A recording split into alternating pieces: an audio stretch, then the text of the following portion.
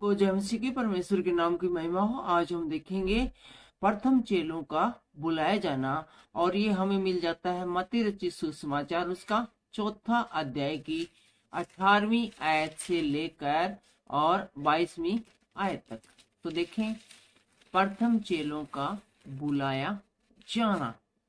तो 18वीं आयत में इस प्रकार से लिखा हुआ है, गलील की झील के किनारे फिरते हुए यीशु मसीह है, वो गलील जो है प्रदेश, जो सिटी, उसकी झील के किनारे, गलील की झील के किनारे घूम रहे थे। और उसने दो भाइयों को देखा जिनके नाम है शमौन जो पतरस कहलाता है, और उसके भाई अंद्रियास को। झील के किनारे यीशु मसीह ने दो भाइयों को देखा, और जो कि जाल डाल रहे थे, झील में जाल डाल रहे थे क्योंकि वे मछुए थे। और यीशु ने उन दोनों भाइयों को देखकर कहा, मेरे पीछे चले आओ, तो मैं तुमको मनुष्य को पकड़ाने वाला बनूंगा। तो यीशु मसीह ने इन दोनों भाइयों से कहा कि तुम है ये झील जाल का मछलियां पकड़ने का ये काम धाम छोड़ दो, ठीक है। ये जो जाल डाल रहे हो ना तुम मछलियां पकड़ने के लिए, इस काम को छोड़ के मेरे पीछे चले आओ, मेरे साथ आओ, मैं तुमको मनुष्य को पकड़ाने वाला बनूंगा। इसको 19वीं आयत को यदि हम देखें उर्दू में, तो इस प्रकार से लिखा हुआ है, मेरे पीछे चले आओ तो मैं तुमको आदमगीर बनाऊंगा।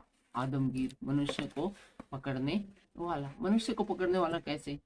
मछलियां पकड़ के तो ये बेच देते थे, इनको पैसे आते थे। क्या ये मनुष्य को पकड़कर बेचने वाले थे और इनको दास बनाने के लिए किसी को बेचने वाले थे? नहीं, मनुष्य को पकड़ने वाले मतलब जिन मनुष्य को शैतान ने जकड़ रखा है, जो सब मनुष्य को शैतान जकड़े हुए हैं, शैतान से उन मनुष्य को छुड़ाने के लिए, शैतान से उनको छुड़ाने के लिए मैं तुम्हारी ड्यूटी लगाऊंगा। तुम शैतान से मनुष्य को छुड़ाओगे और तुम उन्हें पकड़ोगे तो वो परमेश्वर के पास आएंगे। क्या ये छोटा मोटा तुम चौंधे ठंडी के लिए काम कर रहे हो और उस काम के लिए मेहनत कर रहे हो जिससे कि पेट नहीं भरता है, रोटी से पेट नहीं भरता है। मैं तुम्हें बड़ा काम दे रहा हूँ। बिना सोचे समझे ही ये यीशु मसीह के पीछे हो लिया है। आज हमें और आपको भी जरूरत है कि बगैर सोचे समझे जब वचन हमें बुलाता है तो हम वचन के पीछे हो ले, क्योंकि वचन है वहां जीवन है।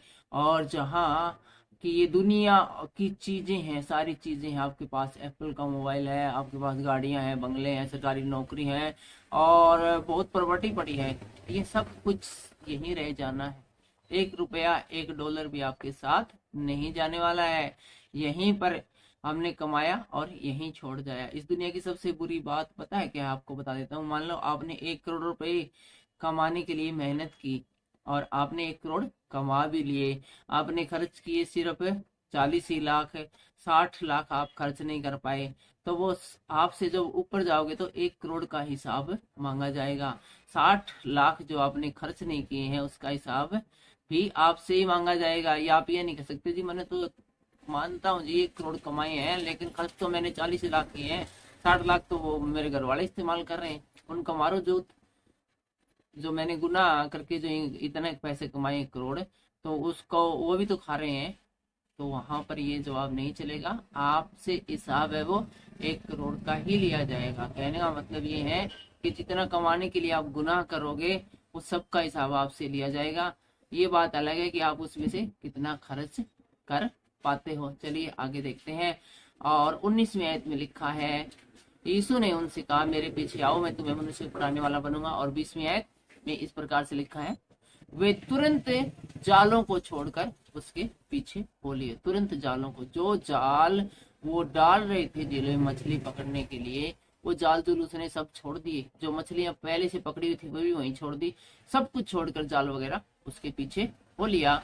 और 21वीं आयत में लिखा है, और वहां से आगे बढ़कर यीशु ने और दो भाइयों अर्थात जब्ती के पुत्र याकूब और उसके भाई यूहन्ना को देखा।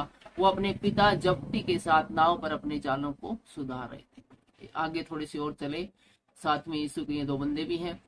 उन्होंने और देखा, दो बंदे हैं और याकूब और उसके भाई यूहन्ना को देखा और वह अपने पिता के साथ उलझे हुए जालों को ठीक कर रहे हैं, झील के किनारे हैं अभी में, और सुधार रहे थे।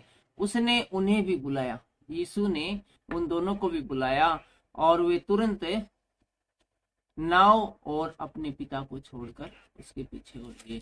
जो दो बंदे थे जिसका नाम है, जो जब्ती के पुत्र थे, याकूब और उसके भाई यूहन्ना थे, यीशु मसीह ने कहा, भाई तुम क्या कर रहे हो, क्या जाल सुधार रहे हो, आ जाओ तुम भी मेरे पीछे हो लो।